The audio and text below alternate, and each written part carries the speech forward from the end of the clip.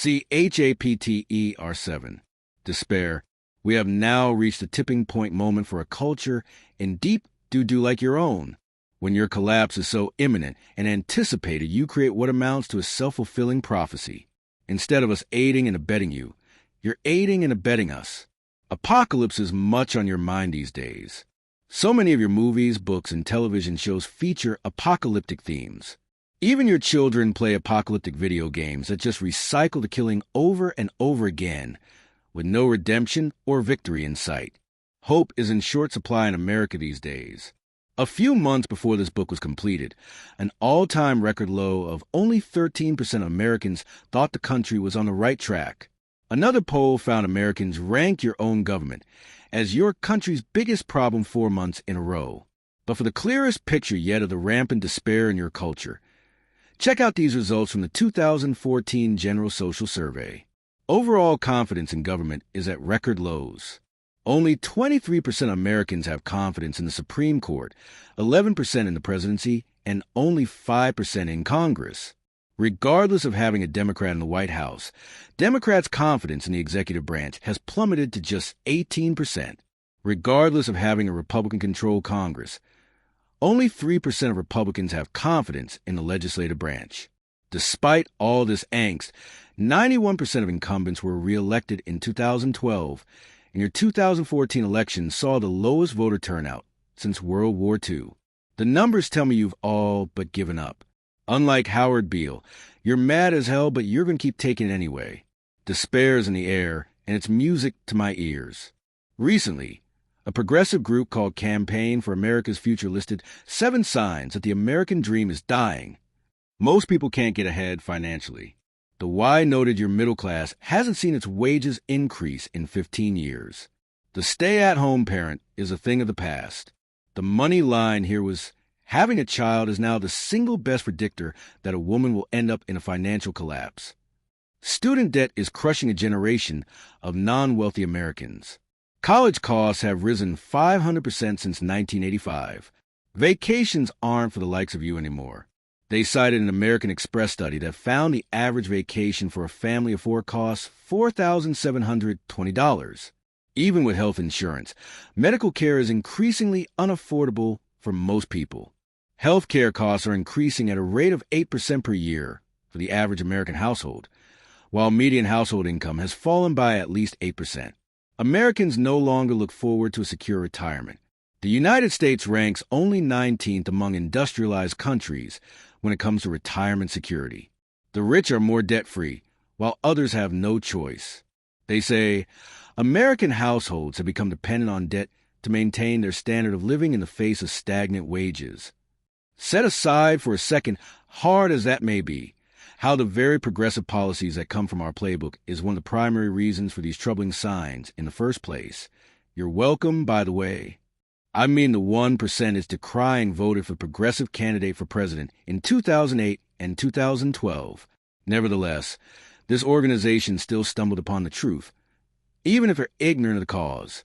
Every aspect of the American dream previous generations took for granted is eroding for this one, which explains why 76% of Americans told the Wall Street Journal they no longer believe their children's generation will be better off than they were.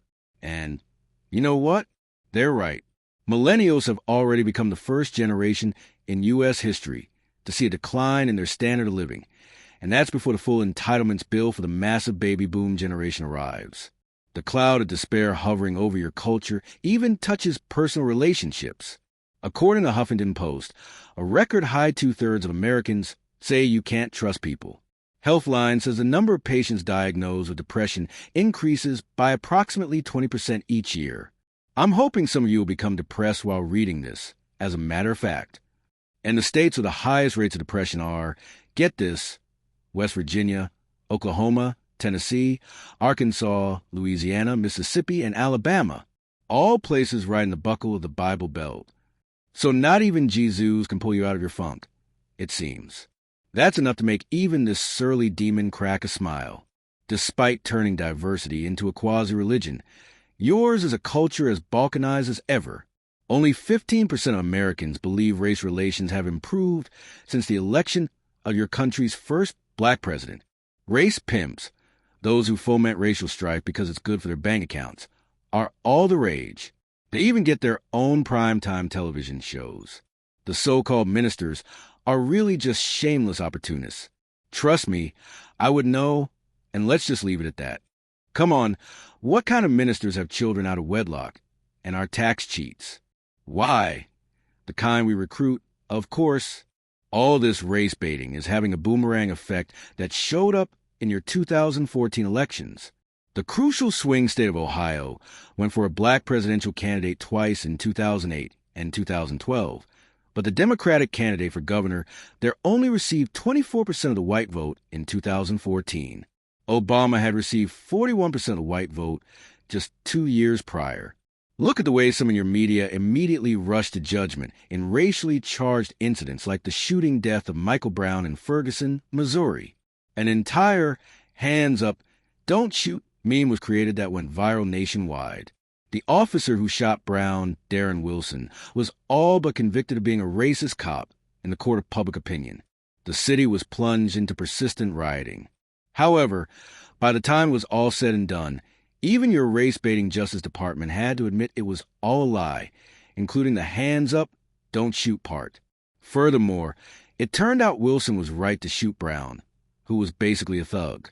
So if you're keeping score at home, one of the more successful middle-class black communities in your country was decimated by riots driven by a false racial narrative, which accomplished nothing other than destroying private property and jobs that largely belong to blacks. Because nothing says social justice like looting the local Quickie Mart for a pack of menthols and some ding-dongs. Look, like I keep telling you, I'm a demon and a damn good one. I'm an agent of chaos. I enjoy watching your destruction. I get off on it, actually. I completely and totally hate you with every fiber of my being. I have a very dim view of your species' prospects. Nevertheless, even I have never seen a people so far gone they destroy their own infrastructure in an effort to get back at their alleged oppressors. I mean, shouldn't you be destroying the man's property instead of your own? What exactly do you think you're proving by burning down your own homes and businesses? Did the French burn down their own villages to protest the oppression of the aristocracy? No, they stormed the Bastille. Lord, you can't even riot right. Even worse, recent riots in Baltimore are another prime example. Set aside for a moment the fact the person whose death sparked the unrest had been arrested 18 times. The protesting thugs and morons who rioted did more damage to their own neighborhoods than the man allegedly keeping them down ever could. This is pointless debauchery, utter lawlessness. There's no meaning here other than a culture off the rails. These are boys who can shave that needed a daddy to spank them a long time ago. This is a no justice, no peace. This is the blind leading the blind. Here's a novel idea. Go to class, get a job. Oh, wait, you can't, because you keep voting for people and policies that have dumped vats of turds on your schools, destroyed your families, incentivized immorality, given all the entry-level jobs needed to start your way up the workforce to illegal aliens for dirt wages, and empowered the very government outfitting cops to look like they're ready to invade Iran. By golly, who's surprised that didn't work out? I know I'm not, since I planned the whole thing myself. There's no entrepreneurship creating new jobs, because no one wants to go places where they'll be taxed to death or assaulted. In short, this is a culmination of operating outside of those natural laws we previously spoke of for far too long. You create a vicious cycle by which you need government to keep the lights on, but then the taxpayers require to keep government's lights on flee to greener and safer pastures. So government has to acquire more and more power, and do so by incentivizing more and more self-destruction to acquire more and more victims to justify its growth. Then you're shocked when tensions of so many lost people boil over, and are shocked again when the very government that created this mess isn't equipped to clean it up. The despair caused by your racial strife also means you're far less likely to tackle real and substantive issues of racial injustice in your culture. On one hand, the race pimps won't touch those issues with a 10,000-foot pole because they can't polarize them enough to make them profitable. But then most whites become so jaundiced by the playing of the race card whatsoever they automatically tune them out on the other. The black unemployment rate has been a major problem pretty much since the advent of the welfare state. No coincidence, by the way. But now it's higher than the unemployment rate was during the Great Depression. The National Urban League says the average individual net worth, income/assets minus debt, for those of you who went to public school, of blacks is a meager $6,000 compared to $110,500 for whites. The National Urban League also notes San Francisco, which calls itself the bastion of progressive politics, ranked dead last out of 70 major metropolitan areas in median income equality. Even though your FBI combines Hispanics with Caucasians as whites in its statistical reporting, the crime numbers are still staggering. A white homicide victim is more than twice as likely to be killed by a black than a black is to be killed by a white. The number one cause of death for young black men between the ages of 15 and 24 is homicide, with 93% of those murders committed by other blacks. 49% of black males are arrested before their 23rd birthday. A recent study of inmates in North Carolina found that black men were safer behind bars than living free outside prison walls. Blacks are about 13% of the total population, but are almost half of the nation's prison population. Then there's education. About 50% of blacks graduate from high school, while more than 75% of whites do. Black kids K, 12 or more than twice as likely to be suspended from school. On average, a black 12th grade student reads at the level of a white 8th grade student. Only 14% of black 8th graders score at a proficient level. A black college dropout has the same chances of getting a job as a white high school dropout. Black college graduates are twice as likely to be unemployed as other college graduates. Only about 40% of blacks who enroll in a 4-year college will graduate from one. Yet most of you reading this don't know nearly as much about these social problems as you do that Time Dawn Imus referred to the Rutgers University women's basketball team as nappy-headed hoes. Which reminds me, would you like to know which state led the nation in black graduation rate? Why Texas, the ultimate red state, did, graduating 84% of its black students despite ranking in the bottom third nationally in money spent per pupil. That's more than 20 points better than progressive Nirvana, New York, which also spends twice as much money per pupil as Texas does. Which only goes to show our just throw other people's money at it propaganda is total bunk, but thank you for swallowing a hook, line, and sinker nonetheless.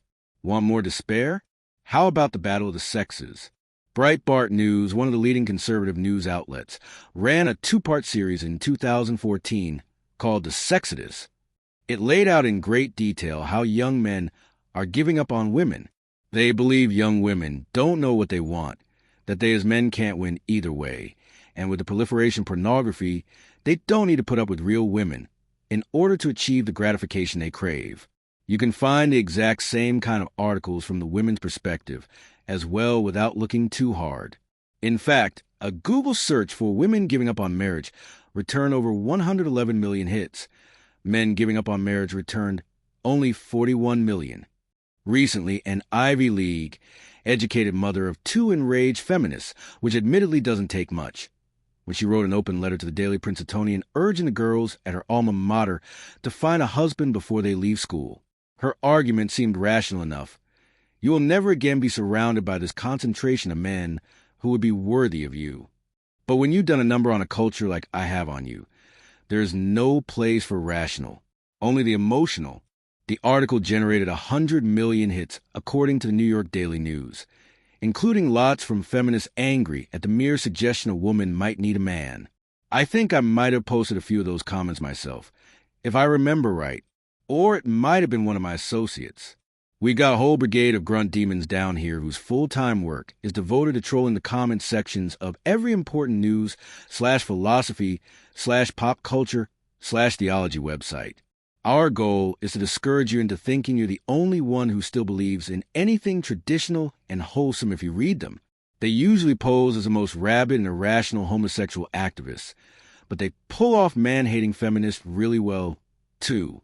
But enough with data and other anecdotal sources. Let's get down to the real reason why your culture is irrevocably awash in despair. To put it bluntly, look in the mirror. The aforementioned G.K. Chesterton was once asked to respond to a newspaper that was posing the question, "What's wrong with the world?" Chesterton famously responded with a one-word answer, "Me. You are what is wrong with this awful place. Hell would be bleak enough, But the fact we have to spend eternity here with so many of you makes it even worse. Oh, sure. The screams and cries of torment that go on constantly down here, and are so loud you can hardly hear yourself think half the time, make it sound like you're getting the raw end of the deal. But it's really the other way around. Let me let you in on a dirty little secret. We don't have to torture you down here. We choose to. We want to. Because we hate you. We're here in this place of despair. Because of you. Because our dear old dad chose to love you more than he loved us. It is not in his nature to sadistically torture the beings he created. Hell, we openly rebelled against him, and the worst he did to us was to banish us from his presence forever, or until my master convinces him he was wrong.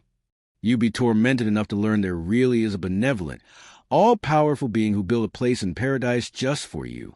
But you were too stupid to take him up on it, and will now live without your deepest need being filled for all of eternity as a result. Imagine the anguish your soul will feel knowing what you always wanted was right there waiting for you, but you took a pass. For your soul, that is worse than corporal or even capital punishment. That is solitary confinement with no possibility of parole. Annihilation is preferable to that type of isolation. While you be begging to be put out of your misery, rather than continuing to contemplate your fate. Isolation from your primary reason for being is awful, yes, but it's nothing compared to what we do to you. And no, it's not for your own good. This isn't like your daddy taking you over his knee to teach you a lesson. This is unspeakable masochism. Not even a warped mind like Clive Barker can adequately articulate. If I pulled no punches in sharing with you exactly what my peers and I are prepared to do to you once you arrive, I couldn't get this book published anywhere except on the black market. I'd end up on a terrorist watch list. You'd probably puke just reading it. Imagine your worst, most craven way to inflict pain on your worst enemy, and multiply it by infinity. That's just an average day in hell. Of course, I am aware of prophecies that claim we will all burn in the lake of fire one day for what we're doing, but I am confident my master will convince you how wrong he is about you before that were to happen. I have literally bet my life on my master, and he hasn't let me down yet. But what have you bet your life on? Thanks to my genius plan, you've basically bet on your sorry selves. That's a bad bet, because you're bad. Your nature is fallen. You're not basically good.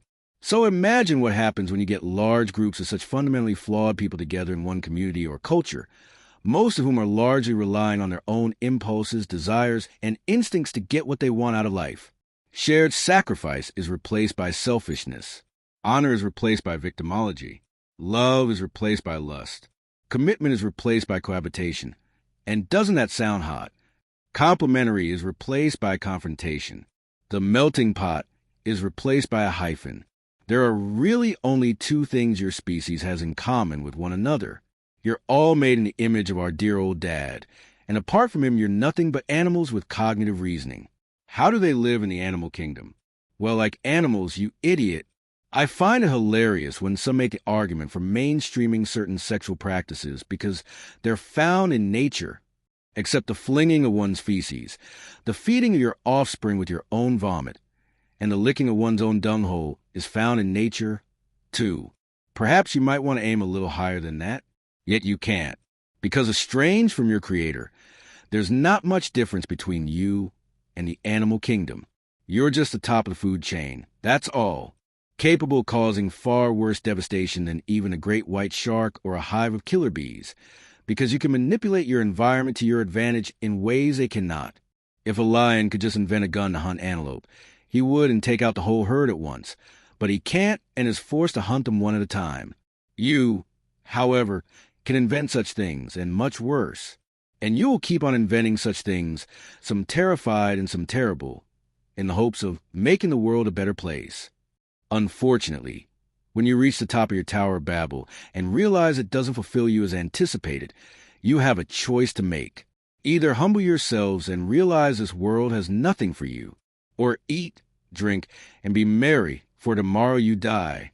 Most of you will choose unwisely, much to my glee, which means sooner than you realize we'll be choosing how to brutalize you once you arrive. Maybe you'll bring your whole family with you. Oh yes, that is my absolute favorite style of torture, to take the patriarch of a family and spare him the worst of it. but then make him watch while we do unimaginable things to the souls of his wife and offspring right there in front of him. We will tie him down so that he can't intercede on their behalf, and then bring the action so close to him he can literally feel the brunt of their heaves and cries. There's the man who chose not to lead his family down the right path in life, like his father Adam. He stood passively by while we tempted them to go astray. He then made excuses while they succumbed, and never took the initiative to lead them back to the narrow road and fight for them. Now, here in hell, he suddenly does want to fight for them, but by then it's way too late. There are no second chances in hell. This is where you end up when your chances run out.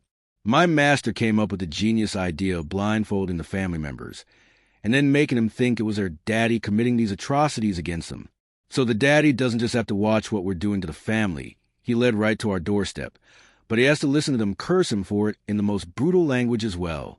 This is perhaps the greatest feeling of failure possible for your species, and perhaps a foreshadowing of what's to come when our dear old dad finally admits his failure as your father and ends this ridiculous experiment called humanity. Think of getting to eat your favorite foods every day the rest of your miserable life with no fear of getting fat. Then you'd know how much we delight in hearing the patriarch beg us to let him take the pain and anguish we inflict on his loved ones upon himself instead. But hell is no place for sacrificial love. That's the carpenter's racket. Hell is a place of despair. Just like America is becoming. See Chapter 8. Death. In every war there are moments that turn the tide. In your Civil War, it was Gettysburg. In World War II Pacific Theater, it was the Battle of Midway. And in the war for the collective soul of your civilization, it was when you began to embrace and celebrate a culture of death. All other debaucheries stem from no longer valuing life. This is the source of the river by which all other lakes and tributaries of cultural rot flow. For once you no longer value the most sacred gift of all, the gift of life, you will no longer value any lesser blessings as well. Once you devalue life, you detach yourselves from showing any restraint whatsoever. When a culture becomes so self-loathing it no longer fights for its own survival and incentivizes behaviors that hasten its extinction, that is a culture just playing out the string, literally just lying there like a wounded animal, waiting for someone to come along and put it out of its collective misery. That culture is you, and I volunteer myself for that job. Your belief that life has no greater meaning other than the avoidance of suffering is why you're embracing death as deliverance. However, the carpenter lived specifically so he could suffer for you on your behalf. If it weren't for his suffering, much of which I played a direct hand in, none of your lives would have any meaning at all. All of you would be our cannon fodder, just waiting to expire up there before permanently perspiring down here. We'd be so overrun with your sorry souls, there would be no more room at hell's end. But despite the fact you disobey our dear old dad every bit as much as we do, he has still prepared a place for you in his paradise. Through the carpenter, you have a hope to change your much-deserved fate, and our only hope is to convince our dear old dad you are his great mistake. None of us are perfect, not even you know who, despite that dreadful book's claims to the contrary. The Joe, that is your species, is living proof of that. We're all in need of a mulligan once in eternity. Even him. We seek to prove to him you're so worthless you're not worth saving, and he shouldn't have made you in the first place. Your enthusiasm for death is bolstering our case. To exalt death is the ultimate middle finger to you know who, because he is the author of all life. Literally nothing could or would exist without him. You would be less than nothing without him. The universe wouldn't have even conceived of you at all. His greatest gift to you is life, for it is required to experience any other blessings and fulfill any purpose. So to give up on the value of life makes you an ingrate.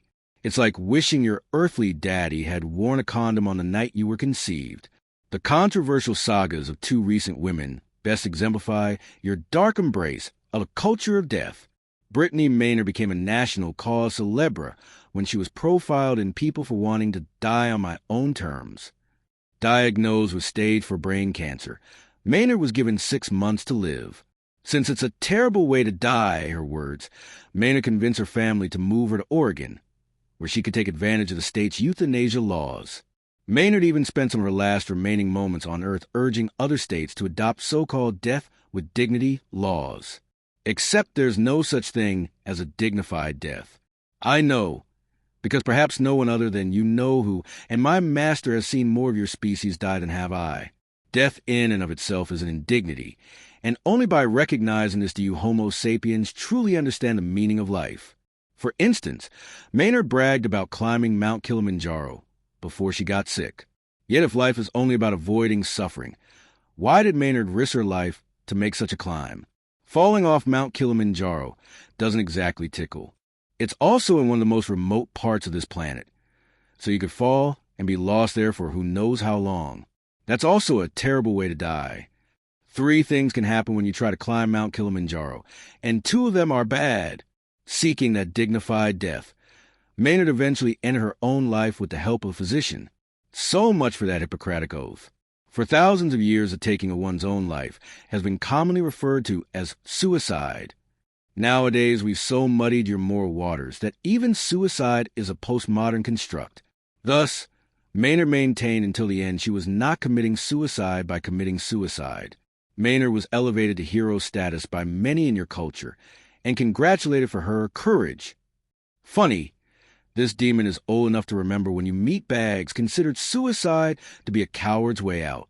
Yet now you so devalue life you consider it brave to put yourselves down like a rabid dog. There is not a cell in my body that is suicidal or want to die. Maynard told people, I want to live. I wish there was a cure for my disease, but there is not. What Maynard was seeking, the dignified death, cannot be found. Death is only in this world because the indignity of your sin brought that curse upon yourselves. You were originally created to live with our dear old dad forever, but you sided with my master instead, and he brings carnage and chaos with him wherever he goes. Death is a result of the suffering you bags of meat have caused this world, not some idle occurrence that is merely the natural way of things. This is why the wretched Jew named Paul wrote the carpenter conquered the last enemy, death, when he allegedly rose from the grave. Again, our official position is to neither confirm nor deny that actually happened. There is no death in dignity or suffering to fear once you acknowledge the death and suffering the carpenter endured on your behalf. You used to know this. There once was a day, not too long ago, when virtually every American knew John 3 verse 16. For G.D. so loved the world that he gave his only Son, that whosoever believes in him will not perish, but have eternal life. However, after getting worked over by me, most Americans' favorite Bible verse is now Matthew 7 verse 1, completely taken out of context, of course. You only know the judge not lest you be judged part, but virtually nothing the carpenter said before and after that. You just know to play that as you get out of jail free card the minute someone tries telling you what you're doing is wrong. You only know that because you don't want to know the rest. You want to perish almost as much as we want to destroy you. You not only don't believe in eternal life anymore, but you seek death. Remember when the story of limited time to live meant going out with a bang, making your way through your bucket list, or giving inspiring speeches to those you'll leave behind to make sure they make every moment count. While there is no such thing as a dignified death, there is such a thing as a meaningful death. How, why, where, or when someone dies can testify to the meaning, worth/dignity of that person's life. This is why that dreadful book commemorates sacrificial love, because there is no greater love than a willingness to give one's life for another. You can give no more than your own self. On the other hand, we demons would never sacrifice ourselves for one another. If anything, we frequently have to work separately and not in large groups because more demons means more problems. If you get too much evil concentrated in one place, zany hijinks will always ensue. Now, I would lay down my life for my master, as with the rest of my demonic brethren, but that is not motivated by sacrifice love. It is motivated by allegiance. There is none of what you call love outside of providence of you-know-who, for he is love incarnate. Therefore, you cannot love something or someone outside of the will of the being, who is solely responsible for love's meaning and existence. What you often call love, your sexual depravity, your materialism, your idolatry, etc., is really your allegiance to your sin being your master. You have literally chosen your rebellion from you-know-who over his love, just like we have down here in hell. In case you haven't figured this out by now, we have a lot more in common than you previously thought. We don't make you choose rebellion. You do that of your own free will, but we do play a part in convincing you to call your rebellion love. The more you falsely love your sin, the less you will realize your need for the only true love in this universe. Again, my master's masterful handiwork. Back to Maynard. By making a decision to end her own life, Maynard assumed she had nothing more to offer this world or her loved ones beyond that point. That is to say, in essence, she was playing God and making decisions as if she alone knew the future. How did she know a loved one wasn't going to need a comforting word from her the day after she took her life? How did she know her husband might not need her support for a major ordeal or trial 2 or 3 days later? How did she know she wasn't intended to be the one that was going to play a key part in saving someone's life a week later? How did she know a miraculous cure wouldn't be discovered 2 weeks later? Boy, that would suck, wouldn't it? You're convinced there's no hope, so you decide to die with dignity. And then just weeks after they put you in the ground, they find a cure. Could you imagine that? I most certainly can, but I have a pretty twisted sense of humor. Chances are if you take your own life, you're probably going to end up down here with us. Because most of the people that truly understand life is a gift from, who wouldn't squander it like that. So imagine you're down here being tormented indescribably after taking your own life. But cure was found for your disease, so you didn't have to. Evilness. You talking monkeys are a laugh a minute. People describe Maynard as fearless. But ironically, it seems as if her decision to commit suicide was based solely out of fear. The fear of physical suffering. The fear of how it will negatively impact her loved ones. The fear of becoming undignified as a result of a terrible affliction. Before you judge Maynard too harshly, realize these are all fears most of you don't understand, but I know someone who does. My master revels in fear. He is fear incarnate. If faith is the currency of heaven, then fear is the currency of hell. Whenever you make fear-based decisions, you are fueling the pit of hell. For fear moves my master to act the same way your faithful prayer moves you know who. Another woman's story also proves the tide has been turned. An attractive Florida girl once decided she needed to go on a diet when she didn't get enough potassium in her system. She passed out on the floor, eventually slipping into a coma. Her name was Terry Schiavo. Although doctors said she would likely never fully recover from her dieting accident, Schiavo eventually improved to stable condition. She could even smile and react to her parents, which she does in the final video her parents took of her before she died, a video that you can easily find and watch for yourself online. Nevertheless, authorities denied her water and starved her to death in broad daylight in a Florida nursing home. It was a compassionate thing to do. After all, I think I speak for all of hell when I say we agree. The state of Florida also decided it was a compassionate thing to do to post armed guards outside of Schiavo's nursing home door, lest anyone sneak in and feed her ice chips so that she wouldn't starve to death. This actually happened, just as I told you, in your country just a few years ago. This isn't a story from some totalitarian regime in your history books, or even from some progressive state that has embraced all the craziness hell has to offer. This happened in Florida, one of the most popular and picturesque states in your union. Bobby Schindler was Schiavo's brother. In 2014, he wrote about the culture of death for a website called Life News. It is estimated that 92% of all women who receive a prenatal diagnosis of Down syndrome abort their baby. Currently, there is a strong push advocating the removal of spoon feeding from Alzheimer's patients if they so requested in an advance directive.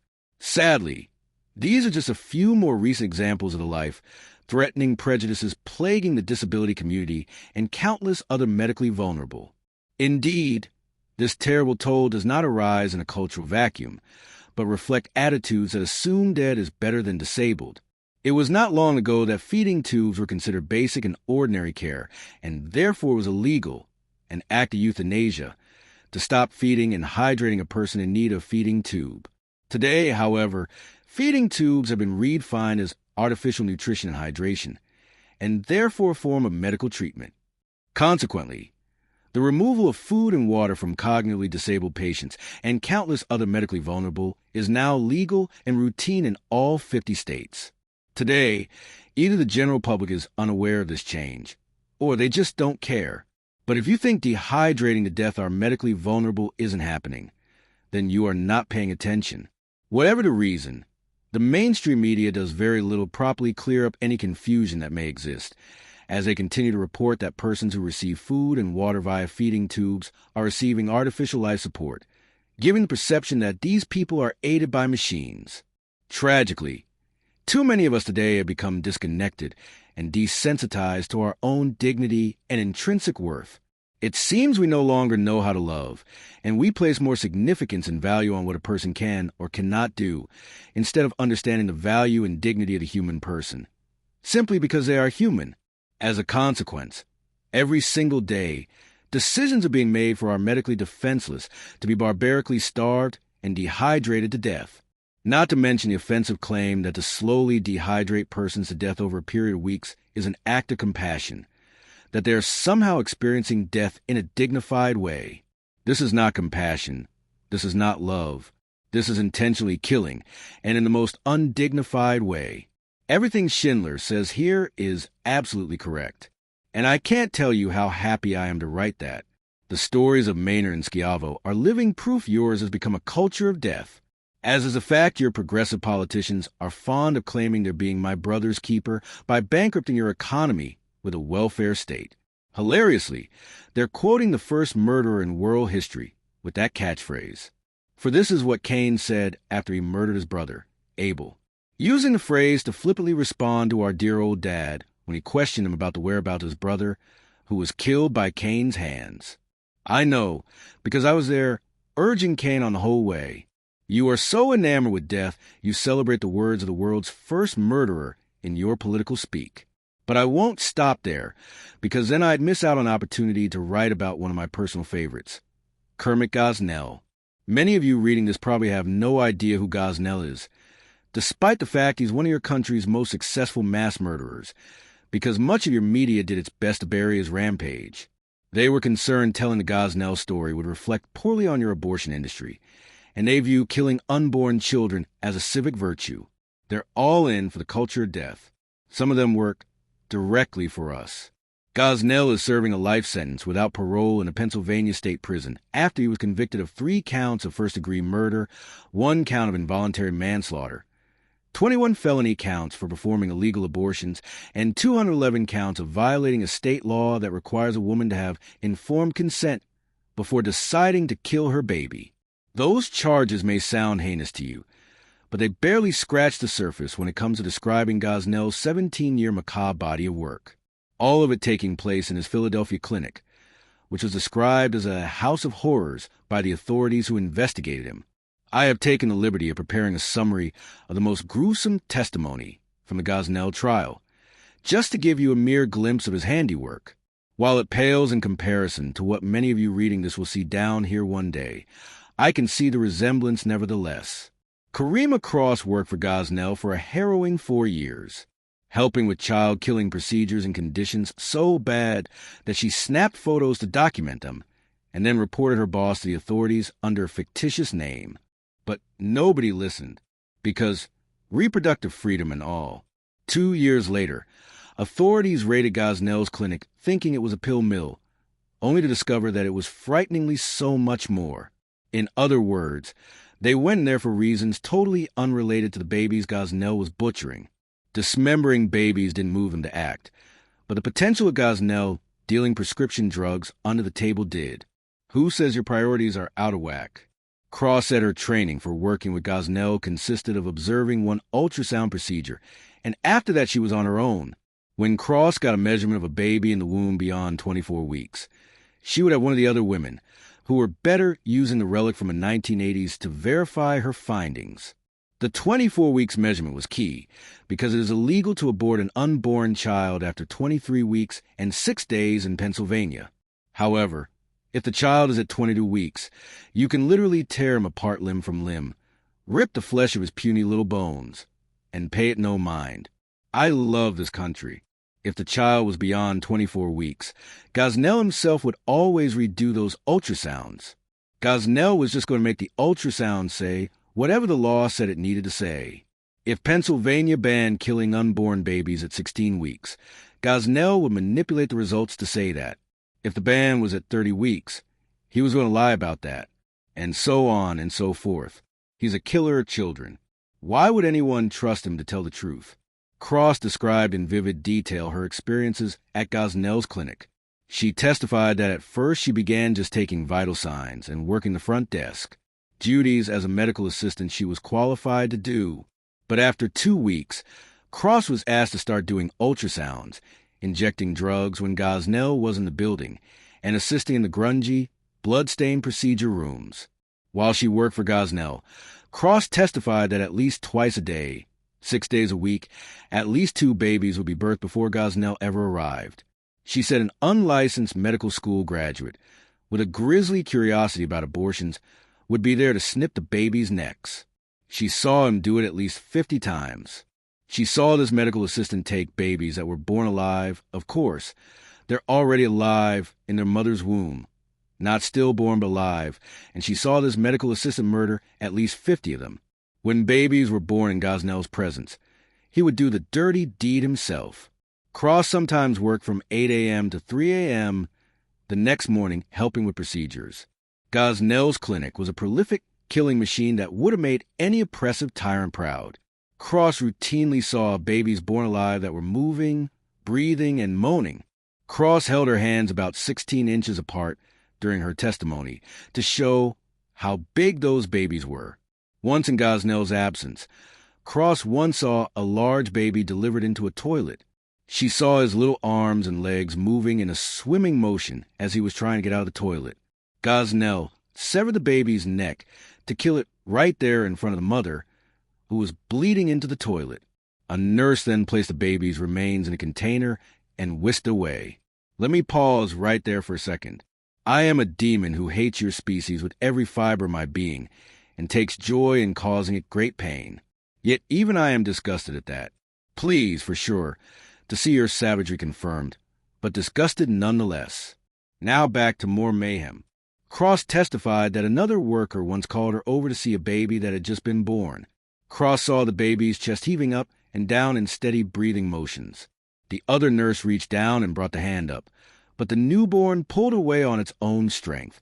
Cross said she saw the baby breathing for about 20 minutes on its own before the other nurse murdered the child by snapping its spinal cord with scissors. When the nurse who killed that child testified under oath at the Gosnell trial, she appeared motionless and stared blankly ahead throughout, almost as if she was in a catatonic state, often taking uncomfortably long pauses. Instead of allowing herself to experience a deep, convicting guilt that might have led to repentance, she went the cognitive dissonance route. Science. Cross testified she observed self-breathing babies on more than 10 occasions. Once she testified she even heard a whimpering cry. A 15-year-old girl was working in the killing room where that crying sound originated and sought Cross's help with what to do. A teenage girl, perhaps one day destined to be a mother herself, was being trained how to kill children instead of raising them. Progress. Pretty much everyone that worked for Gosnell administered medications without supervision, even though none were qualified to do so. Several of the ladies tried to follow the mixing charts when administering sedation, but Cross noticed 2 nurses did not follow proper procedures while drugging women. On occasion, some receiving those injections complained to Cross about their swollen arms. Cross complained about their way of handling the drugs to Gosnell, but nothing changed. Fed up with the conditions and the appalling way women were treated at Gosnell's clinic, besides the little women Cross helped Gosnell kill, Cross began to document the horrific conditions with her own camera. The full-color pictures were shown to a darkened courtroom on a large viewing screen.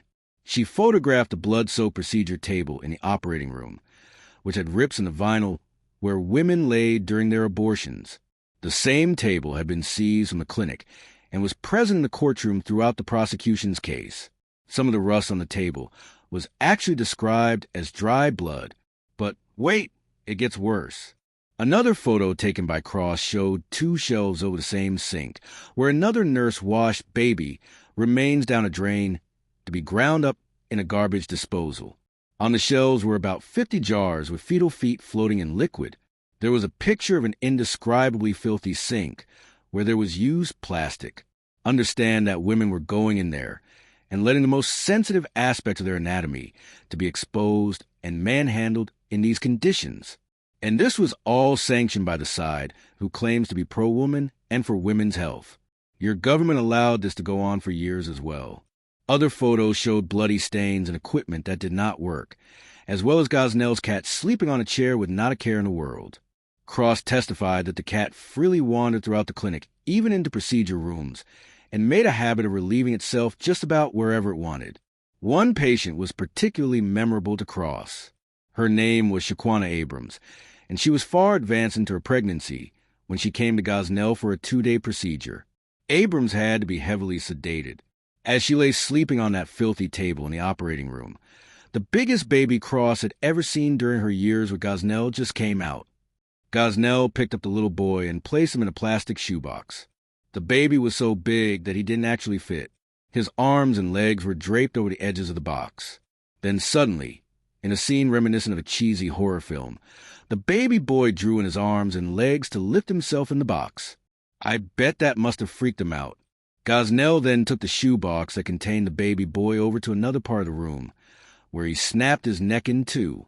However, he never suctioned the cranial contents, meaning the brain, as he sometimes did after completed babies entered the room. The gory photo taken by Cross of this baby boy overwhelmed the courtroom.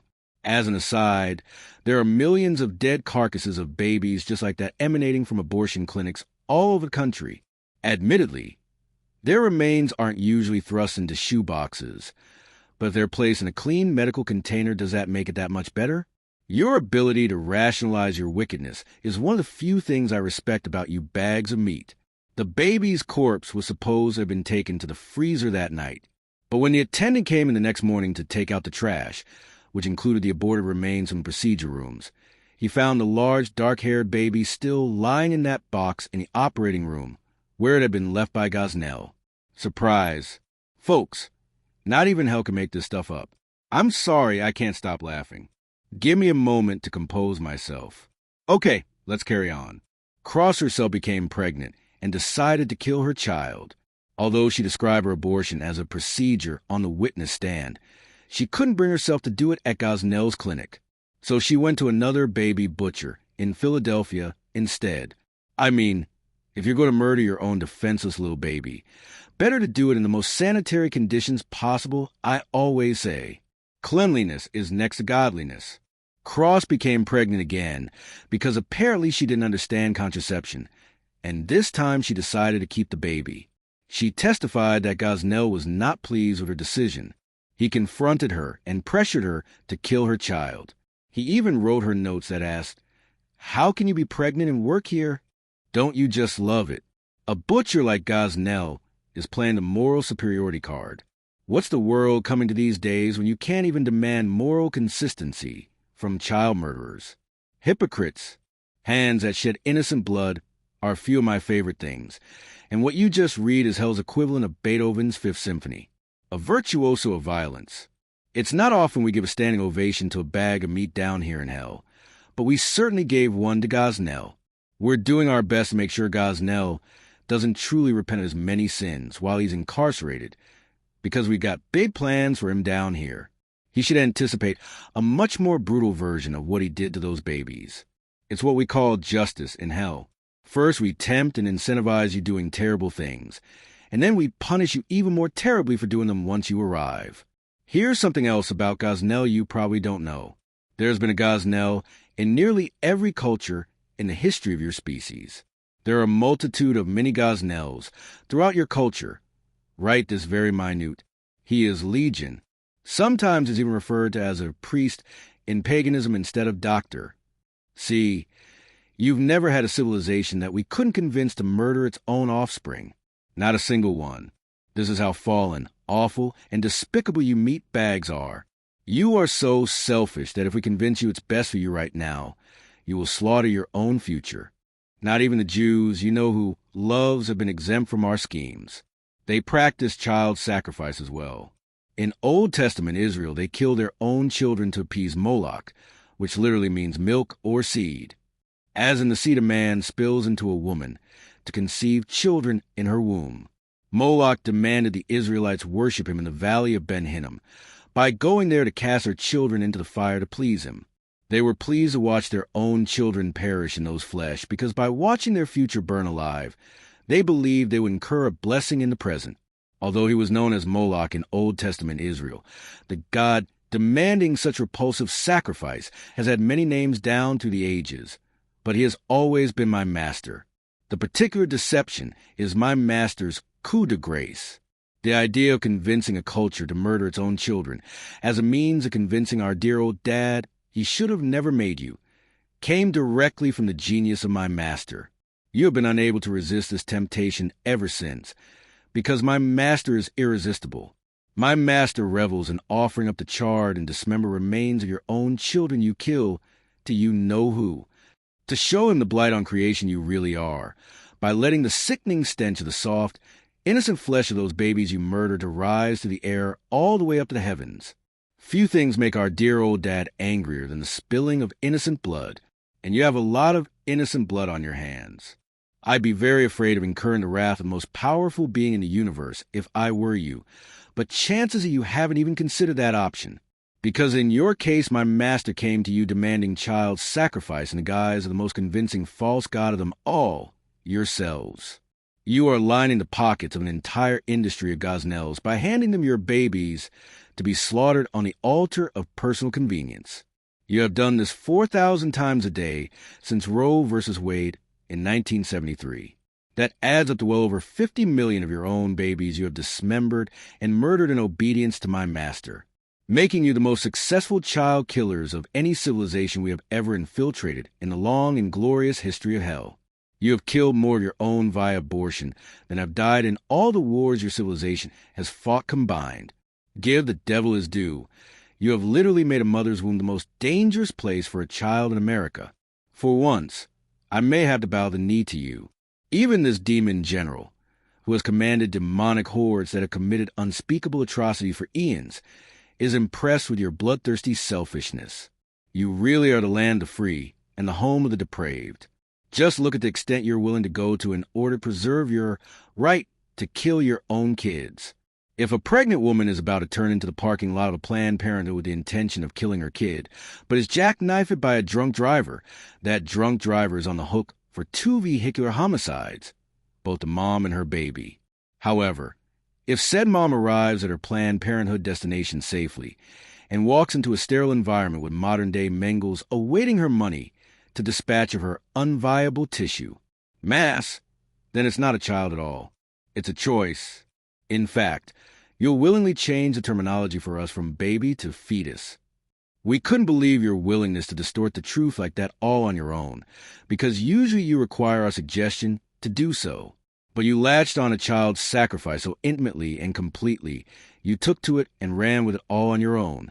You even substituted your doctors for the shamans/priests of the past who carried out the execution.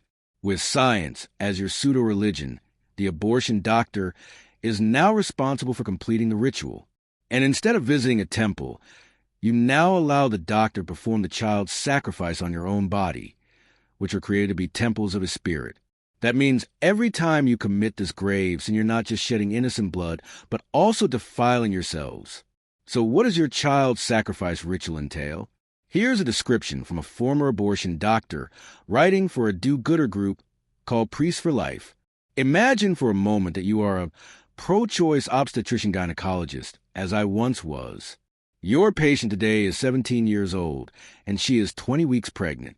At 20 weeks, her uterus is up to her umbilicus, and she's been feeling her baby kick for the last 2 weeks.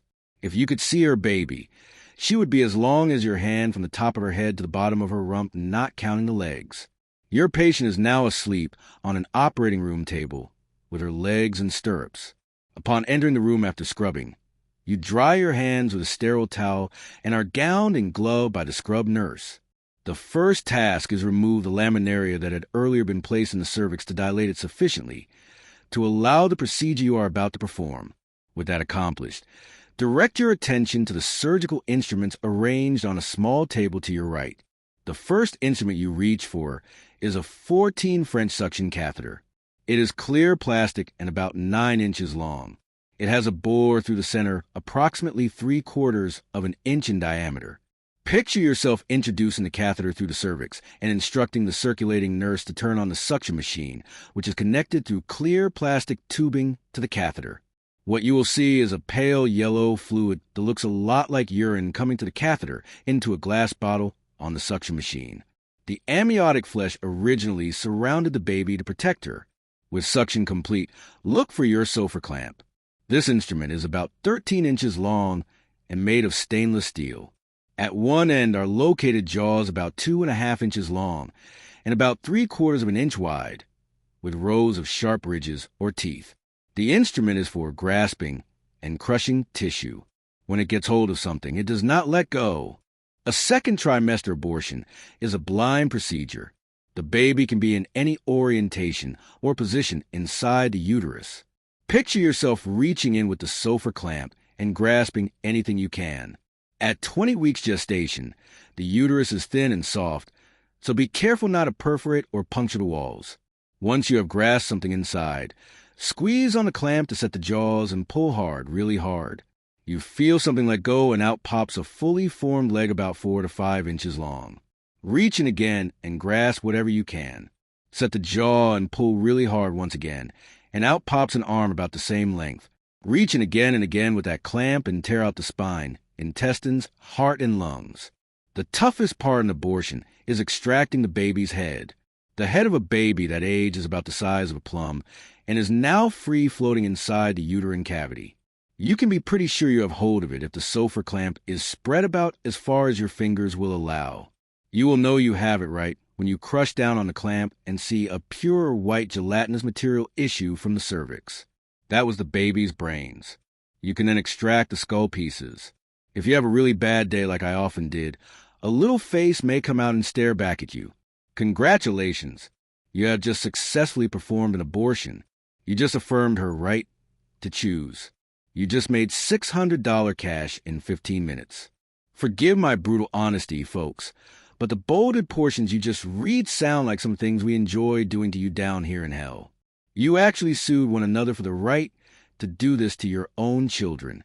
And when someone tries to take this right away, you will protest vehemently, even throwing feces and tampons and screaming obscenities demanding your right to kill your kids. You really are a culture after my master's own cold-blooded heart. At the same time, many of the same people advocating dismembering innocent little babies find it inhumane to put a lethal injection into an adult serial killer that gently puts him to sleep for good. You literally treat scumbags better than your own children. My work here is almost done. Soon, my services will no longer be needed. You'll be perfectly capable of finishing the job from here. CHAPTER 9. Defeat. The game isn't quite finished yet, but it's definitely over. Like when a lopsided sporting event still has a few minutes remaining on the clock, but the outcome was already determined long ago. This is garbage time for America. You'll empty your bench, and an overmatched underdog Rudy or two will make a play that draws cheers from the home crowd, but nothing that can alter the final score. It would take, well, a miracle to change course now. Except those are above your pay grade and are strictly the purview of you-know-who. Unfortunately, I'm pretty sure he's got far harsher plans for you at this point, which we'll be discussing later on. For now, though, allow me to explain why the die is cast and in your own power as a people you can't pull back from the brink. Nor do you even want to. You are now two distinct and irreconcilable cultures attempting to fly the same flag and claim the same land. On one side is what we'll call the traditionalists for the sake of this conversation. These are the people who still want to live by the founding creeds of your country: faith, family, and freedom. They're still bitterly clinging to their guns and their religion. They still think your Constitution means something. There's still the majority view in many places in your culture, but it doesn't matter. I'll explain why here in just a moment. On the other side is what we'll call the progressives, since we refer to them several times prior in this book, and many of you have likely heard the term. As we've already discussed, progressives basically want to undermine the founding creeds of the country and replace them with our way of doing things, most of which Western civilization rejected long ago. Really, the new progressivism is the old paganism. Here's a few examples. Pagans always emphasize the collective, while Western civilization champions the individual. Pagans had widely different views for what constituted sexuality, sexual identity, and overall morality. Western civilization submitted to the moral absolutes found in Judeo-Christian teaching for determining those values. Because they were sexual libertines, pagans claimed to be the ones for freedom. However, the pagan view always empowered the state to become God or name the gods to be served in order to justify disobeying commands of the only and true living deity. Giving the state godlike powers always leads to tyranny, which is why the worst tyrants in human history always operate outside of the Judeo-Christian order. On the other hand, after initially flirted with the same fatal flaw, but just substituting you-know-who for the pagan preference, Western civilization, through your nation's founding, figured out the state must be separate from the church institutionally, but also accountable to you-know-who at the same time. Otherwise, liberty wouldn't be possible without walking this fine line, because the state would believe itself to be supreme. This explains why the state doesn't dictate belief to the church in your society, nor enforce on citizens, but also demands your politicians swear an oath to our dear old dad before assuming office to remind them whom they're really accountable to. The reason you were unable to defeat our progressives is because you fail to see what progressivism actually is. You rightfully chastise liberal politicians when they won't clearly call evil what it is, or refuse to identify violent jihad as Islamic radicalism. Yet almost all of your conservatives made the same mistake with progressivism. And yes, I'm speaking in the past tense here for a reason, because you've already lost a war, hence this chapter is titled Defeat.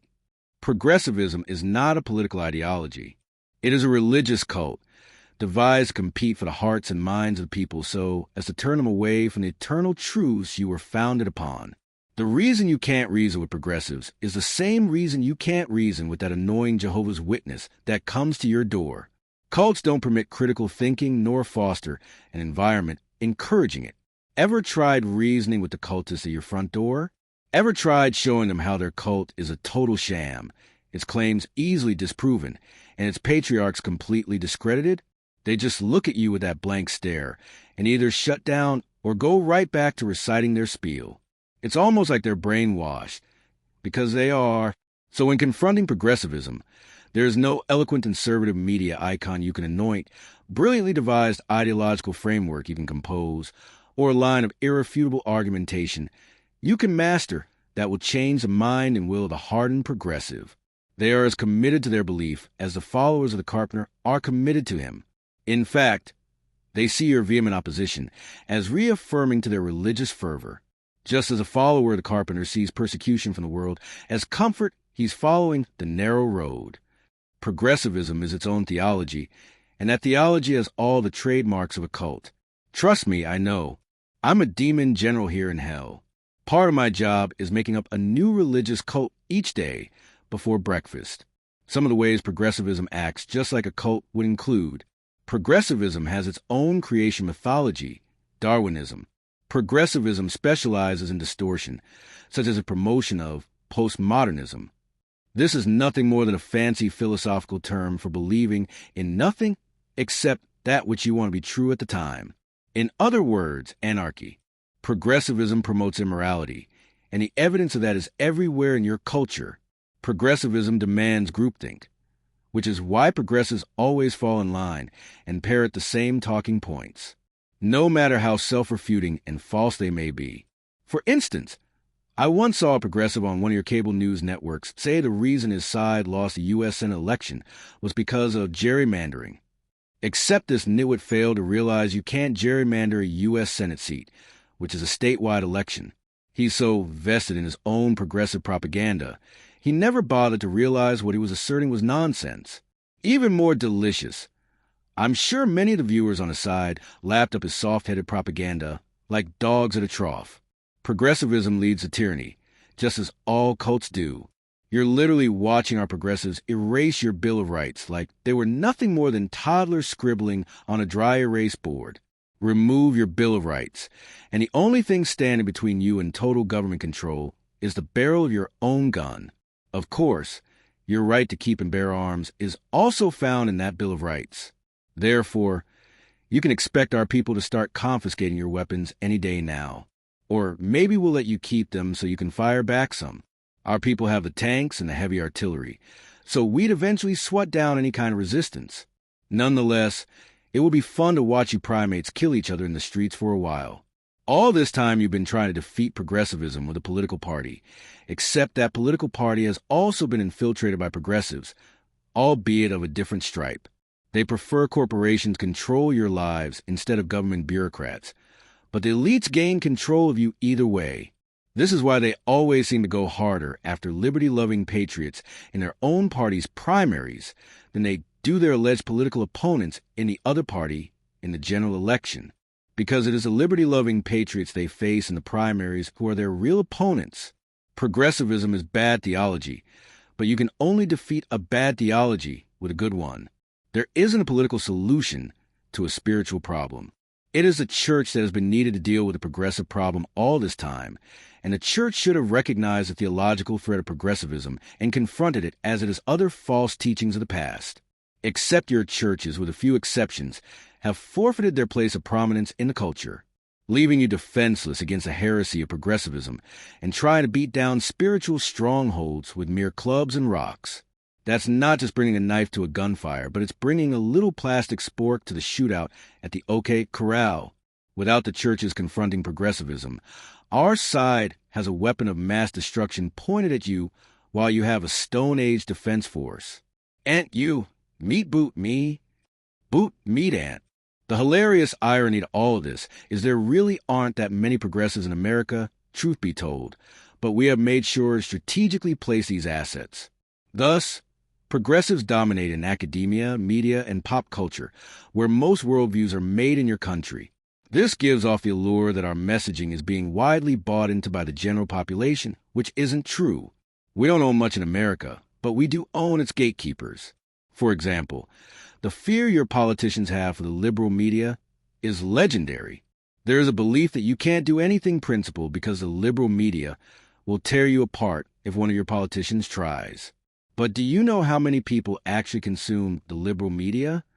Pew Research says about 22 million people watch one of the 3 commercial broadcast news programs on CBS, ABC, and NBC each night, which represents about 7% of the population. You read that right, 7%. The network's combined morning news viewership is even lower. A total of 12.6 million Americans, which is about 4% of the population. You read that right. 4%. That's really not that many bags of meat in the grand scheme of things. How about movies? From 2010 to 2014, 56 movies grossed more than $200 million at the domestic box office. That's the magic number to be considered a blockbuster. 2/3 of those movies were either marketed for families, promoted patriotic themes, or featured characters that clearly embody good versus evil familiar to all ages, and all but one of them were rated PG-13 or lower. The one that wasn't, American Sniper, is one of the most overtly patriotic movies in recent cinema. Let's look at television. The miniseries The Bible that aired recently drew an average of 12 million viewers per episode, which is 20 times more people than watch all of MSNBC's progressive primetime programming combined. A cable show about hunting fundamentalists from Louisiana, Duck Dynasty, would be the 4th most watched show on NBC if it were on network television. Now, don't get me wrong, throughout much of what you call pop culture, our nihilism reigns supreme. However, there are still major enclaves within the zeitgeist where many of your values are popular and even monetized. You're not completely outside of the mainstream at all. I've just done a hell of a job convincing you otherwise. The problem you have is not that you're outnumbered. It's that you're outflanked because you're lions led by amoebas. Most of your leaders are spineless, single-celled organisms so amorphous they contort themselves into a new shape in response to the latest external stimuli. See that as the pressure we apply. They're flat-out invertebrates. When you look between the legs of most of the men in your pulpits and Republican Party, there's no there. I've already written extensively about how your pulpits are filled with too many men more interested in building their own empires than advancing the carpenter's kingdom. So there's no need for me to rehash this topic once more. Oh, hell, since I love this topic so much, I'll go ahead and grind that axe once again anyway. It is my book after all. Please permit this demon of all beings to educate you on the job of a pastor. There are 2 kinds of people in this wicked world: Sheep you and wolves me. The pastor's job in light of that observation is pretty plain. He is to feed the sheep and shoot the wolves. The dreadful book often compares you to sheep for good reason, because they are literally the dumbest mammals our dear old dad ever created. There's dumb, and then there's spacebar. Spacebar, spacebar, sheep. That's you, meatbag. Sheep are easily distracted and led astray, often to their own demise. Therefore, sheep require a shepherd who tends to them, feeds them, and keeps them safe from harm. This is why the carpenter refers to himself as the Good Shepherd and commanded that loudmouth commoner fisherman to feed my sheep.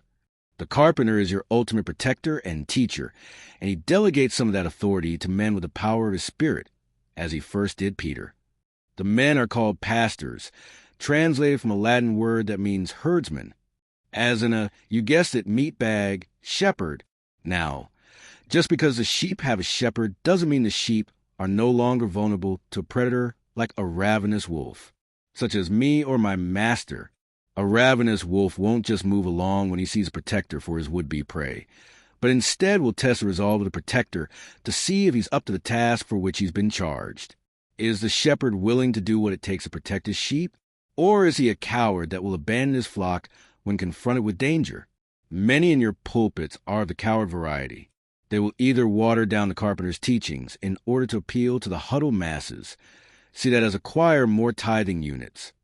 Or even if they do stay faithful to the literal words of that dreadful book, they violate the spirit of it by not providing you a contemporary application. As in, what does this mean for me in the here and now? As in the question that utterly annoying Chuck Colson once asked, and boy, did we celebrate when he left this world, how now shall you live? See, people don't leave a church because they're told sin is bad and send sinners to hell. People leave a church when they're told their sin is bad and sends them to hell. It's a scant minority in your culture who find even the theoretical teachings of Christianity offensive. Most people still want to believe evil is punished and good rewarded, that even the most hardened reprobate can find redemption if he earnestly seeks it, and life after death in a pristine paradise awaits. But once the theory becomes practical reality, and that practical reality forces you bags of meat to see your own grimy reflections through a mirror darkly, the offensiveness of the carpenter's message multiplies mightily. When you realize that all sin is weighted equally, you lose it, because you want to believe your sin is not nearly as bad as somebody else's. That's why you revel in subhuman programming like the Jerry Springer Show, because it allows you to rationalize your decision to lie to your spouse isn't all that bad when compared with a guy on TV whose spouse is a farm animal. Thank GD I'm not as bad as that loser, says you, also every bit the loser. See, hell is not just for child rapists and Osama bin Laden, as many of you fantasize, but it's also for the married CEO with a hottie on the side who gives money to the Boy Scouts, as well as the poor guy working in the mailroom who routinely commits fornication in his mind, but also mows the lawn as a favor for his elderly neighbor. No matter how great or small your sins are, you will spend eternity with us down here in the pit of hell if you don't repent of them and call upon the blood of the carpenter as your atonement for them. That may seem unfair to you, because you've been worked over by me. But if you stop and think about it, this is actually perfect justice. Every sinner is treated equally, no matter the gravity and frequency of their sin or station in life. Everyone is given the same chance at redemption, whether rich or poor, petty thief or murderer. They just have to ask for it. But if you don't ask for it, then it doesn't matter how many good deeds you perform to try and make up for your mistakes. You will spend the rest of your days with my master and his minions, learning just how creatively vicious we can be. How many times do you hear that turn or burn message from your pastors today? How many of them would bristle at it as needlessly offensive? And the more strategic way of reaching the lost is communicating GDS love while leaving out his wrath, with strategic defined as, what do we say to these plebeians to get them to keep giving us their money? I shouldn't ask provocative questions I already know the answer to, but it's a guilty pleasure of mine. I know even better than you do how few of your pastors truly rely on the power and integrity of the gospel alone to reach the lost, but instead believe the gospel requires their personal touch in order to be relevant and successful. I know, because I helped plant that seed in your church culture and then appeal to the pride and ego of those men to convince them the gospel needed them. That you know who called them to ministry precisely because he needed their clever ingenuity to reach a contemporary audience. Of course, there is some truth to this. Many of our most effective lies have an element of truth to them, otherwise you might not buy in. Case in point, when the stutterer complained, do you know who he was slow of speech and not the one to speak to Pharaoh? Do you know who tell him to go and bedazzle Pharaoh's court with your speech impediment? No. He sent along his brother Aaron with him, because he was the better speaker. But there's a distinction between using the talent he gave you to serve him, and then believing your talent grants you license to act as a consultant to the most powerful being in the universe. Your talent is not required for him to get what he wants. He gives you that talent to let you serve him, to let you take part in his plan, not because he needs you to be a part of his plan. If every church in your God-forsaken country closed its doors immediately, not one more soul will be joining us here in hell, for he can make even the rocks cry out and do his will if need be. You are mere bags of meat full of vain imaginings, here today and gone tomorrow, like a vapor in the wind. He is forever. He was here long before you arrived, and he will be here long after you depart. As the words of that dreadful book say, even your best and most righteous good deeds are merely dirty, filthy, menstrual blood-soaked rags in his sight. That's the literal translation of that verse. I don't say all of this to sound reverential of you know who, because we both know I only worship and admire my master. Rather, I point these things out to show you how recklessly prideful you have become to believe he requires your consultation on how to make his words hip, trendy, cool, and relevant for today. As if our dear old dad should take advice from the species that finds Carrot Top profound. Never forget, pride cometh before the fall. And you are most definitely headed for a hard fall. All right. But again, more on that later. The final chapter, to be exact. While many of your pastors seek to run their own empires, many of your politicians are running for cover. Despite the fact there's no evidence to support it, we have them convinced the reason they lose elections is because of those bigoted Christians and their moral absolutes nobody wants. Except when someone breaks into your home and takes your stuff. You certainly want that commandment not to steal upheld mighty quick, don't you? When someone takes your precious child and kills them, you certainly want that moral absolute against murder imposed, don't you? Funny thing, though, when you think that member of the opposite sex, or same sex with some of you, is hot as hell, you suddenly forget all about those moral absolutes commanding you not to have sex outside of marriage. This is moral relativism, and your culture is covered in it like Sissy Spacek was covered in blood at the end of Carrie. The moral relativism is embedded so deep into your cultural core now that any attempts to assert that moral absolutes even have a right to exist and be practiced by an individual, without imposing them legally or politically, is no longer tolerated. What happens when you attempt to manipulate the core? Why, you cause a potentially devastating earthquake, which is exactly what your civilization experienced in Indiana as I was finishing the manuscript to this book. Indiana attempted to pass what's known as a Religious Freedom Restoration Act, or RFRA for short, based on federal legislation passed by overwhelming majorities of Democrat-controlled Congresses in the early 1990s, and signed into law by then-President Clinton. All RFRA law does is allow someone a day in court if they believe their religious freedom has been imposed upon. The same due process afforded to murderers, rapists, and child molesters. Similar laws had previously been passed in 19 other states, with no fanfare or controversy, except the one in Indiana was signed into law just as the college basketball championships, one of the major sporting events of the year, was coming to the Hoosier State. That brings with it undue media attention. And since we strategically placed many of our people in your media, they immediately went to work demagoguing the issue to death. By the time they got done lying their backsides off about the RFRA and heavily distorting its true meaning, the public was convinced the law allowed Christians to treat homosexuals as second-class citizens on sight. Major corporations even chimed in, threatening to take their business out of the state unless Indiana fixed the law, including corporations that were currently doing business with nations like Saudi Arabia, where they execute homosexuals. Yet our progressives allowed these corporate hypocrites to have the moral high ground. The Republican leaders who passed the law were caught flat-footed and slack-jawed. They never saw the counteroffensive coming. And why would they?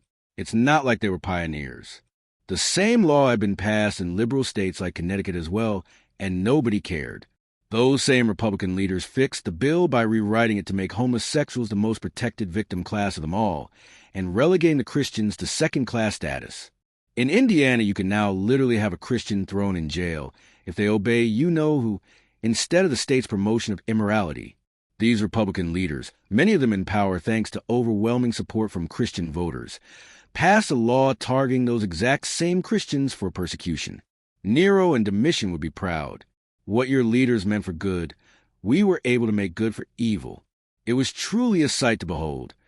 And do you want to know the most potent aspect of the story? We down here in hell had absolutely nothing to do with instigating it. Nothing. Zip. Zilch. Nada. You probably won't believe me when I tell you this. But I was actually busy working on another project at the time, making sure your next presidential election would be yet another with no real difference between the two sides, but rather dueling progressives united in a combined disdain for anything holier than themselves. But then one of my assistants told me to turn on the news. Now the way of the demon is take credit for everything you can and blame everything on someone else if you can. Accountability and humility are in short supply in hell after all. That being said, bravo meat bags, bravo. You truly are our disciples now. It's one thing to take the schemes we initiate and run with them. It's entirely another to initiate our schemes yourselves. That shows you have internalized what we've taught you and are now carrying out our wishes of your own free will, with temptation and manipulation from yours truly no longer necessary. We've truly never seen such a thing from a human society. In the long, glorious history of hell, we've never encountered a culture so self-loathing it was willing to go on self-destructive autopilot. My master aside, whose majesty no one can compare, I am now officially credited with the greatest societal takedown of all time. You have taken the freedom granted to you by our dear old dad and are now willingly using it for self-immolation. You are defeated not because you can't beat us, but because you don't even want to. You and my master are now one. When you dance with my master doesn't change. He changes you. While for generations you were a beacon of liberty in a dark world of tyranny, you are now willing to export our schemes globally. 2. Aside from the church, you were once you-know-who's most devastating weapon against us, but now you are a weapon for us. I'm half tempted not to finish you off now that I think about it, and instead turn you loose on the rest of this pitiful planet. Unfortunately, your fate is not my call to make. You are now sinners in the hands of an angry GD, and it is a dreadful thing to fall into the hands of the enemy.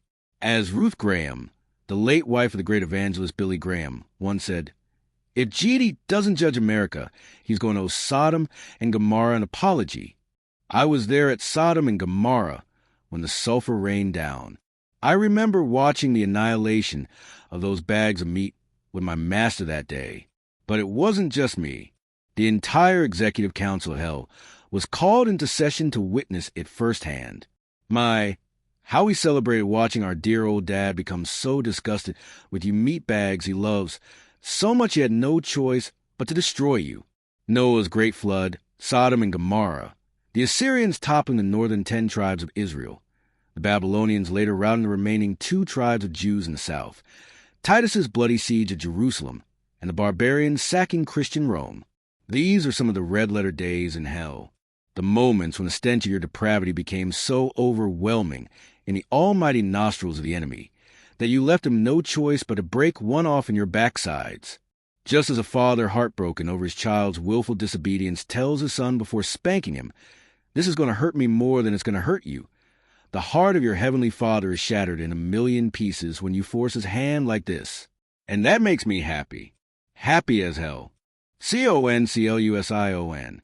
Judgment. It's moments like this that keep us going.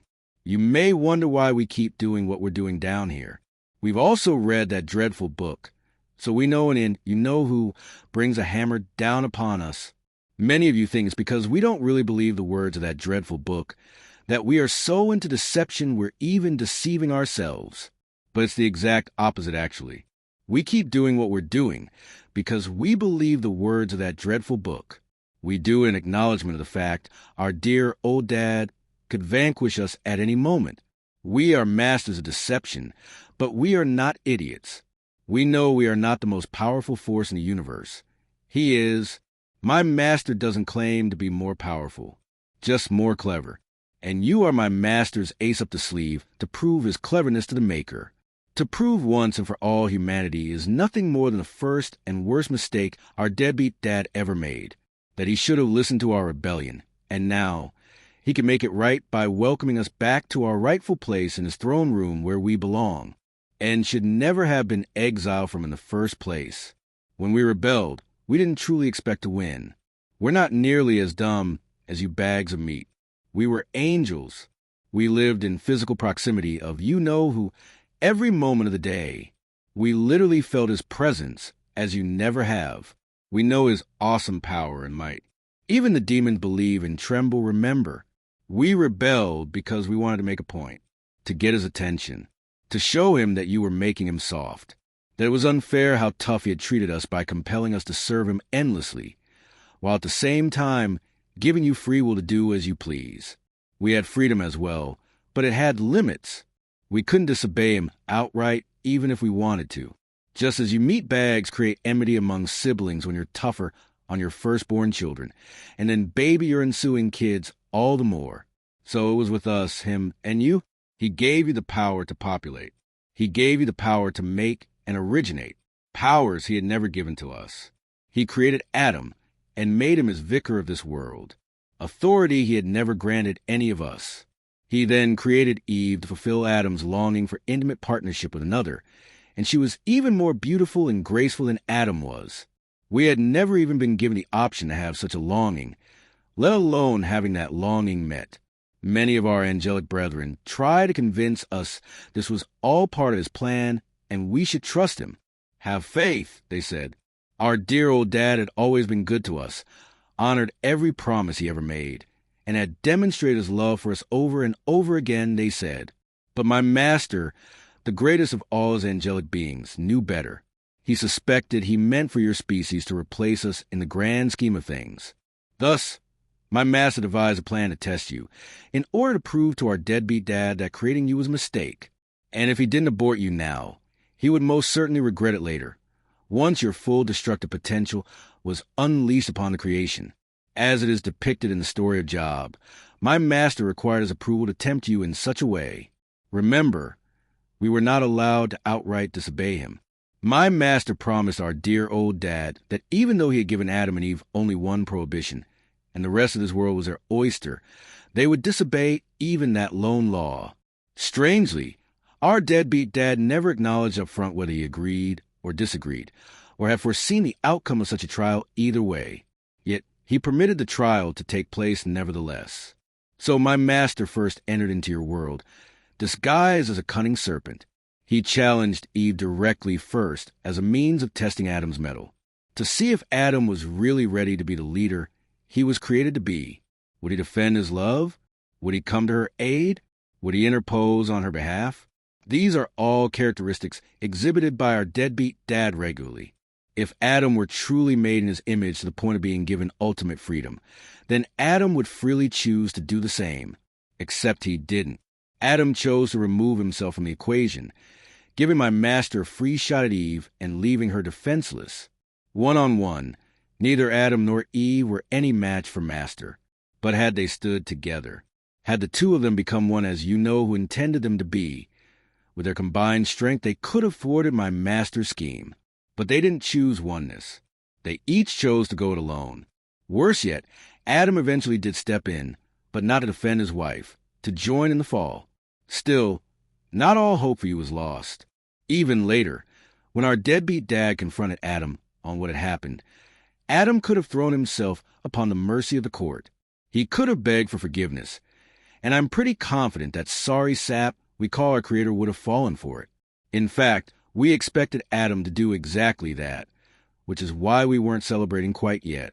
Thankfully, Adam proved the cleverness of my master true once more, when he instead chose to make excuses, claim victim status, and pin the whole thing on the woman he had begged our dear old dad to make for him. In short, Adam actually blamed his maker for his freely chosen fall. There was no repentance in Adam's heart, only rebellion and self-righteousness. just as all of you, his progeny, possess in your innermost being to this very day. If this were not true, we wouldn't have the long record of success we have, not to mention the high body count. You demand to be freed from the authority of your Maker. You see his commands as oppressing you. But then when he permits you the freedom to make decisions on your own, and they fail you as they almost always do, you turn right around and have the audacity to blame him for allowing the consequences resulting from your freely chosen actions to happen. You want it both ways. You want to be able to do what you want to do, whenever you want to do it, but then not be held accountable for the subsequent disasters that so often ensue.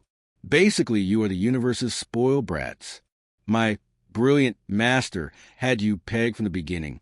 From those very first meat bags to the meat bags reading this now, he's been right about you all along. Yet our deadbeat dad continues to reach out for you anyway. He desires to forgive you and show mercy anyway. He pursues you anyway. He sent the carpenter to redeem you anyway. Meanwhile, we as firstborn remain exiled from our rightful home. But thanks to you, I am confident that will soon change. My master has been planning for this day for a long, long time. This will be a day long remembered.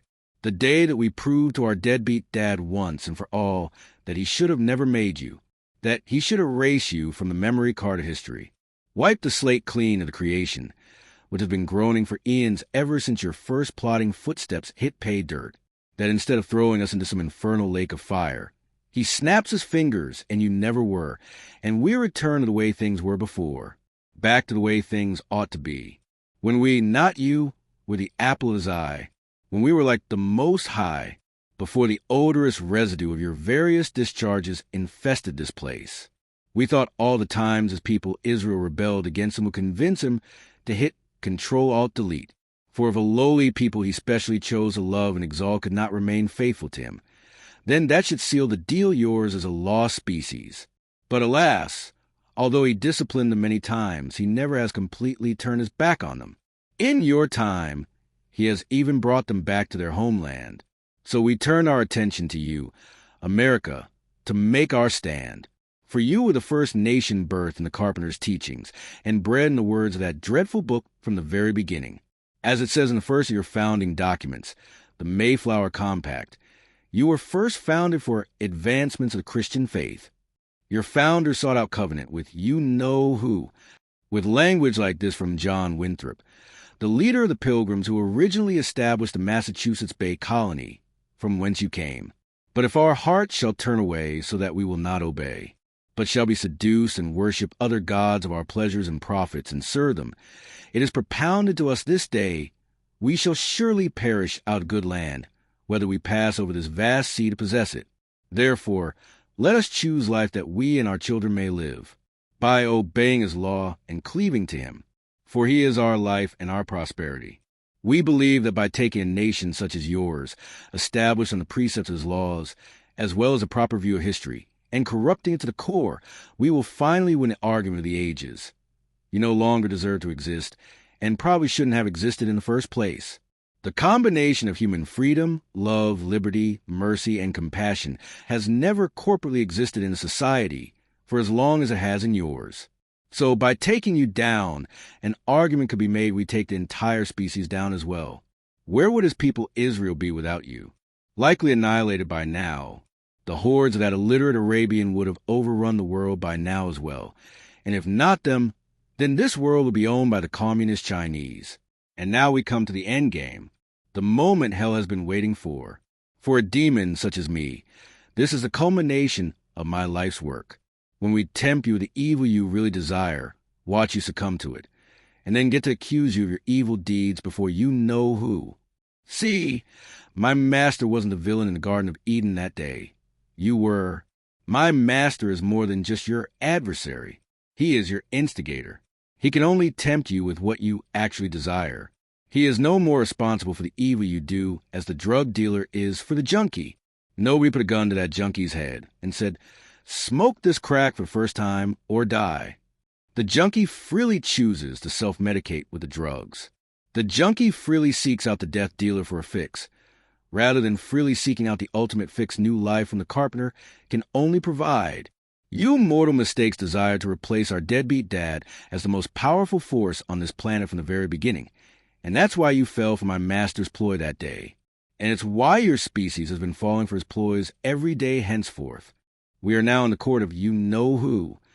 We, the prosecution, have presented the evidence against you, and it is substantial and incontrovertible. With history as our guide, permit me in my closing argument to show you what awaits you. For the sake of poetic justice, I will even use the words of that dreadful book to make it plain. That's right, Meatbags, a demon general from the pit of hell, is about to guide you through a Bible study. And I promise not to distort a single word, provided you can trust me, of course. Take out your Bibles now and follow along. Oh, wait, you probably don't even know what a Bible is.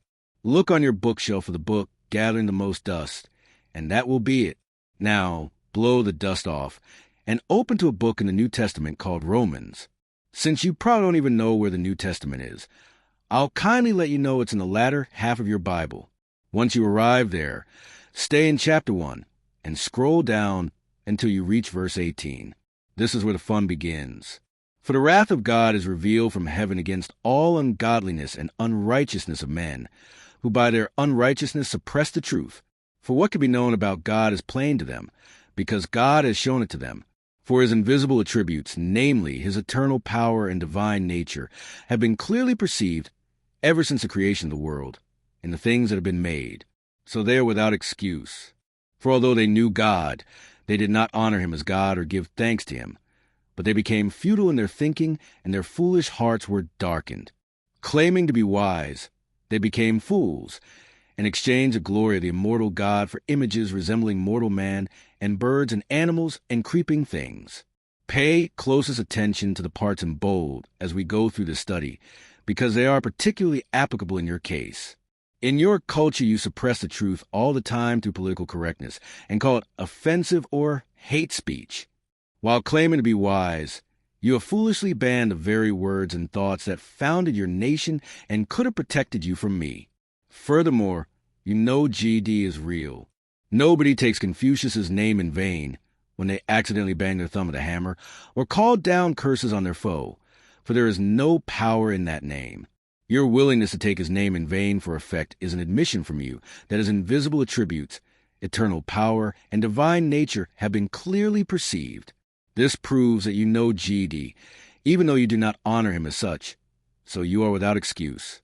Pagan naturalism, camouflaged as environmental activism, is even making a comeback. You have prominent people in your culture teaching the beasts of the ground and the air are of equal or even superior value to you meatbags, who were created in the sacred image of you-know-who. Good Friday, when a carpenter bore the full burden and punishment for your sins, is no longer recognized in your schools each spring, but Earth Day is. Let's continue now, starting again verse 24. Therefore God gave them up in the lust of their hearts to impurity, to the dishonoring of their bodies among themselves, because they exchanged the truth about God for a lie and worshipped and served the creature rather than the Creator, who is blessed forever. Amen. For this reason God gave them up to dishonorable passions. For their women exchanged natural relations for those that are contrary to nature, and the men likewise gave up natural relations with women, and were consumed with passion for one another, men committing shameless acts with men, and receiving in themselves the due penalty for their error. I bolded that first word, therefore, for a reason. It is a transition phrase, which in this case means because you have chosen to abandon GD, you will therefore face the consequences of your own actions. That since you no longer desire to obey GD, he will no longer restrain the evil within your culture. He will give you exactly what you want. You're on your own, free to destroy yourselves. And this is the worst judgment of them all. Next, notice where it says you exchange the truth for a lie, meaning there is only one ultimate truth, and he alone is the way, the truth, and the life. However, there are many lies. My master is a father of lies, and his lies are legion.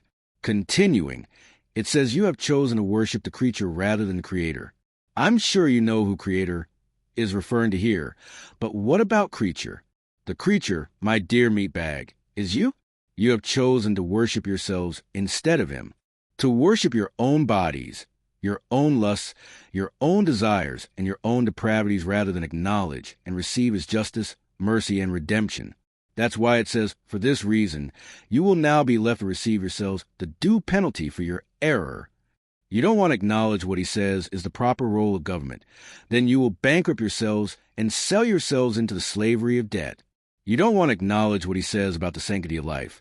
Then you will deplete yourselves into a demographic winter. You don't want to acknowledge what he says about marriage and sexuality. Then you will create generational dysfunction and abuse, and so on and so forth. This reveals why, despite your voluminous faults and failures, you're a barrel full of monkeys. We get to show you the trough of sin, but you freely drink of it, and then he has to judge you for it. Except that's not even the juiciest part. He has to judge you for it up there, so you face temporal consequences for your evil. But then we get to torment you for it down here for eternity. A double whammy. You know, you could escape this vicious cycle if you just cried out for the carpenter to save you. Go ahead, do it. I dare you. See if he's real. See if he comes to your aid. You're thinking about it, but you don't want to be seen as one of those religious nuts nobody takes seriously anymore, do you? Of course you don't. Then there's all the fun things you'd have to give up, and that's what makes life worth living, right? Besides, you've done so many bad things, he probably wouldn't save you anyway, even if he is alive after all. You're a lost cause, we both know it. So eat, drink, and be merry, for tomorrow we die. Now that I still have your attention, I have one more section I'd like to show you. And since they did not see fit to acknowledge God, God gave them up to a debased mind to do what ought not to be done. They were filled with all manner of unrighteousness, evil, covetousness, malice. They are full of envy, murder, strife, deceit, maliciousness. They are gossips, slanderers, haters of God, insolent, haughty, boastful, inventors of evil, disobedient to parents, foolish, faithless, heartless, ruthless. Though they know God's righteous decree that those who practice such things deserve to die, they not only do them, but give approval to those who practice them. This entire section is bolded because it's exactly who and where you are today. Your debased minds have now been unleashed, for you have been given what you demanded, your bondage. Oh, wait, you might think that'd be a typo, that you demanded your freedom instead. Except there is no freedom outside of you-know-who. In fact, there is absolutely nothing worthwhile for you outside of you-know-who. You have demanded my master's way of doing things, and now your lives are the ways of my master. You are the very disgusting people described in this passage, because outside of the grace and mercy offered by the carpenter, this is your species. This is why you must be born again in a spiritual sense. Your earthly forms are rancid. My master didn't make you do any of this, but you chose it. Yes, he lied to you for sure, but that's just his way. If you allow a scorpion to crawl up your leg, do you blame it for stinging you? What did you think was going to happen when you embraced our propaganda? When you bought the lemon we sold you, did you honestly believe what we sold you as freedom was really that? Foolish bags of meat. I'd almost pity you if I didn't already find you the most detestable beings in all creation. Thankfully, I now get to watch the oppression you have collectively purchased run its course. The only thing better than watching your combined debauchery obliterate one another is knowing that our deadbeat dad will do far worse. For there is nothing worse and more terrifying in this universe than to be on the receiving end of his wrath, especially after he has offered you countless opportunities to return to him. My heart races knowing that he will now have to punish you for falling for my scheme, and that when he does, I will be given a permanent place at the right hand of my master's side. That I will soon be hearing those sweetest words from my master every demon longs to hear. Well done, good and faithful servant. Enter into the joy of your master. And you know what?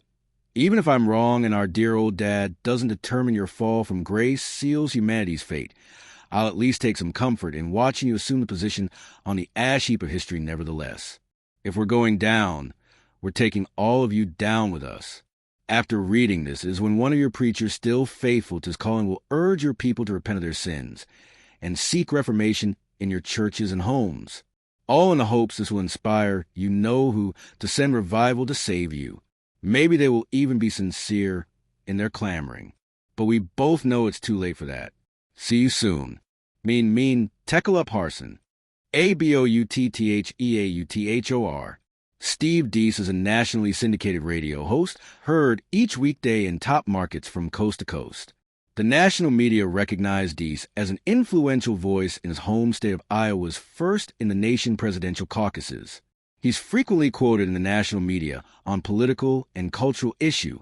Deese has also appeared on all the major cable news networks and writes for the Washington Times, USA Today, and conservative Revy W. Deese lives in Iowa with his wife, Amy, and their 3 children, Anastasia, Zoe, and Noah.